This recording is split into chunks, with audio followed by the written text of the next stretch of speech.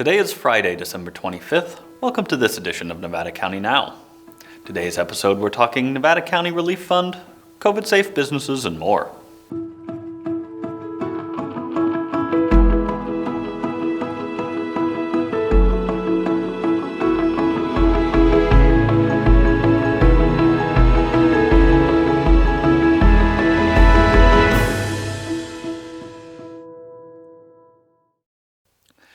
Merry Christmas and welcome to Nevada County Now. I'm your host, Cole Pettit.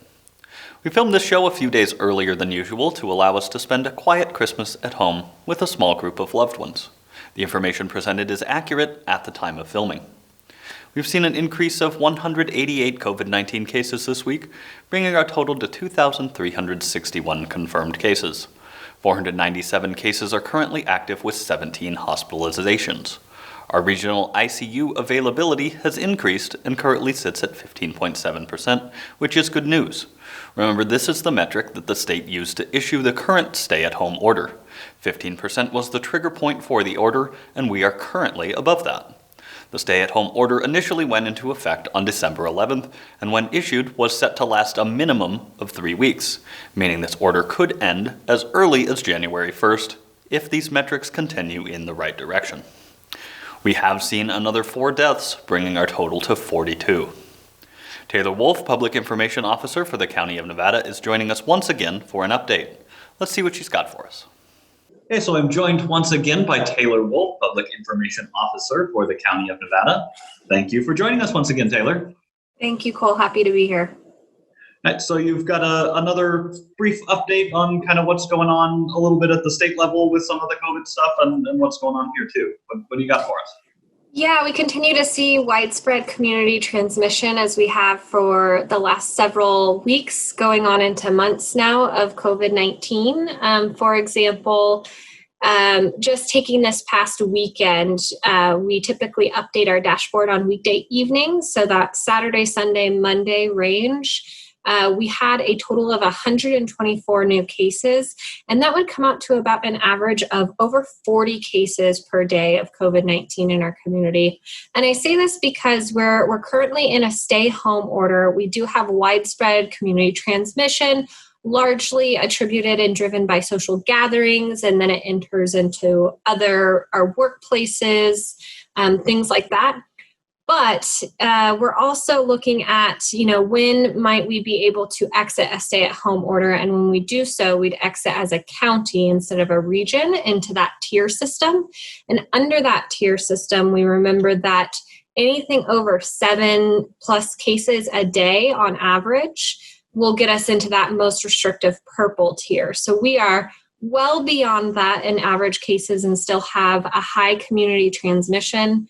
Unfortunately, we continue to see new deaths in our community as well.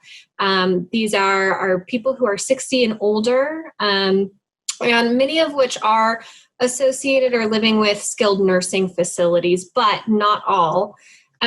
What we really want people to know is, again, widespread community transmission. There's not necessarily any place that is safe right now, and precautions should be taken everywhere. So we are in that stay home order. We ask people to stay within their households, only go out for essential needs. If you are out and about, please do keep your social distance and wear your mask.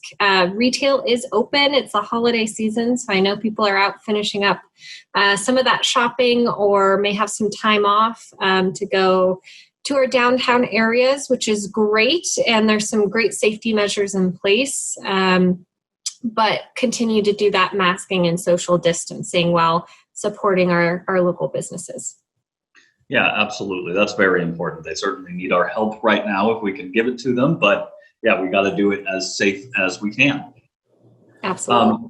So what about the vaccine at this point? I know we got it in last Thursday, I believe, and it's being distributed to our frontline healthcare workers.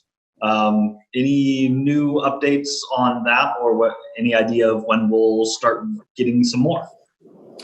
Yeah, great question. We've been talking about vaccines for quite a while as the light at the end of the tunnel. We are in that tunnel. We can see the end, but we're not through it yet. So welcome news that the Pfizer vaccine did arrive in Nevada County last week, Thursday morning. It is being distributed first to our Tahoe Forest Hospital up in Truckee in Sierra Nevada, and they are beginning to vaccinate our frontline COVID-19 workers. So again, welcome and exciting news. Light at the end of the tunnel. This first allocation, we received 975 doses of the Pfizer vaccine. So that's good news. It does not look like we're receiving another shipment this week. However, we are updating our website on a weekly basis, typically on Mondays with any news we have, and that'll be mynevadacounty.com/coronavirus/vaccine to go directly to that vaccine information on COVID. Also this week, we know that the FDA cleared the Moderna vaccine as well. So although we've only received this first just under 1,000 allotment of Pfizer vaccines, again, welcome news, and we are hopeful that that will increase over time and become widely available as soon as we vaccinate some of our more vulnerable populations. Do you have any other updates, or whether it's COVID information or maybe some other news coming out of the county that you'd like to share at this point? Yeah, I think a good reminder around the holidays, again, back to the stay-at-home order that we're currently in, heading into both the Christmas holiday, the New Year holiday in a couple of weeks here, just reminding people how important it is not together with other households. We recognize that it's incredibly hard. We're asking people to modify their normal traditions this year, but there is a travel advisory. We're hoping people can continue to get creative. We know we've done that with supporting our local small businesses through the holiday seasons, and we're a great community that comes together to find solutions. So we're hoping we can keep that case count down so we can, potentially have less burden on our hospitals and our regional ICU capacity, possibly exit this stay-home order sometime in the near future. And then when we exit, also keep that community transmission lower so we can have a safe way to support our businesses. So for example, in the Purple Tail, where we'd be able to eat outdoors again. But if we can lower that even further into an average of maybe less than 7 cases on average per day, we might be able to open up that indoor capacity for restaurants. And same goes for a lot of our other industries that are impacted as well. And the community health aspect that we don't want to forget. So we really just ask people to be safe. The state has some great resources available on their website too about having the COVID chat over the holiday season with family and friends. So you can always go check out their website as well. covid19.ca.gov/holidays has all the information around being COVID safe this holiday season. All right, perfect. Well, thank you for taking the time to join us today, Taylor. Thank you, Cole. Thanks, Taylor. We mentioned last week the Nevada County Board of Supervisors unanimously approved an allocation of $100,000 to support small, locally owned businesses through the Nevada County Relief Fund. I spoke with Caleb Dardick, Project Administrator for the Nevada County Executive Office, about this latest round of funding. So I'm joined today by Caleb Dardick, Project Administrator in the Nevada County CEO's Office. Thanks for joining us today, Caleb. Thank you, Cole. It's a pleasure to be here, and Merry Christmas and Happy Holidays to your viewers. I hope everyone's having a wonderful day today. Absolutely. Well, thank you for those kind wishes to everybody out there. And you've got some big information to share with us about the Nevada County Relief Fund. Is that right? It's information and a request to your viewers to support the Nevada County Relief Fund. For those of us who have been able to weather this pandemic, we know we're fortunate because so many of our neighbors haven't. And especially the business community has really, been heroic in the efforts they've undertaken to curtail their business, to comply with the public health and safety guidelines, to protect me and you and our families. But it's been at a cost, and many businesses are really struggling right now to pay their rent, to keep their staff employed, to pay their bills. And so the Nevada County Relief Fund has initiated something that we're calling the Small Business Small Business Winter Survival Campaign. And our goal is to raise $250,000 to disperse to small businesses who are really struggling during what should be the most lucrative time of the year for them, and which may not be the case, the holiday season.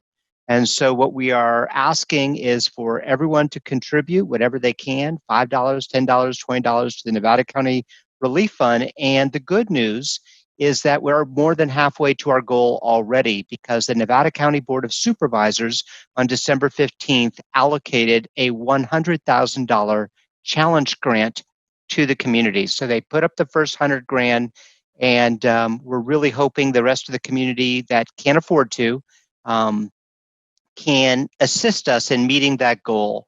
And then what we're going to do with those money is all the money will be entrusted to the Sierra Nevada Memorial Hospital Foundation. They'll be the fiscal agent.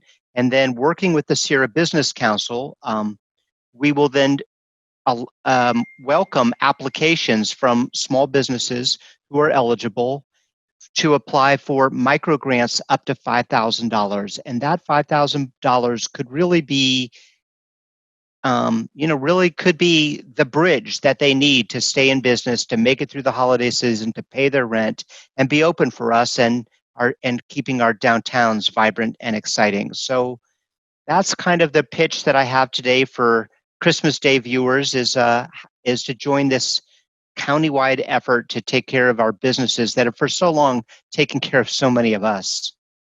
Yeah, absolutely. It seems like a great thing to do, especially here on Christmas Day. You know, if you have a little bit extra to give right now, consider a gift to the Nevada County Relief Fund, and it will go a long way towards helping all of those businesses. Can you tell us a little bit more about which businesses you might be looking at this time? I know at one point you had a focus on nonprofits, and this is now the third or fourth time that you've been able to step up and help out the community. So who's looking to benefit this time? Absolutely, Cole. This is our fourth round. And for those of you who may not be familiar with the Nevada County Relief Fund, we started this back in April. We've had 3 rounds so far of giving to support nonprofits doing amazing frontline work, feeding the hungry. So many families have been needing support, supporting businesses.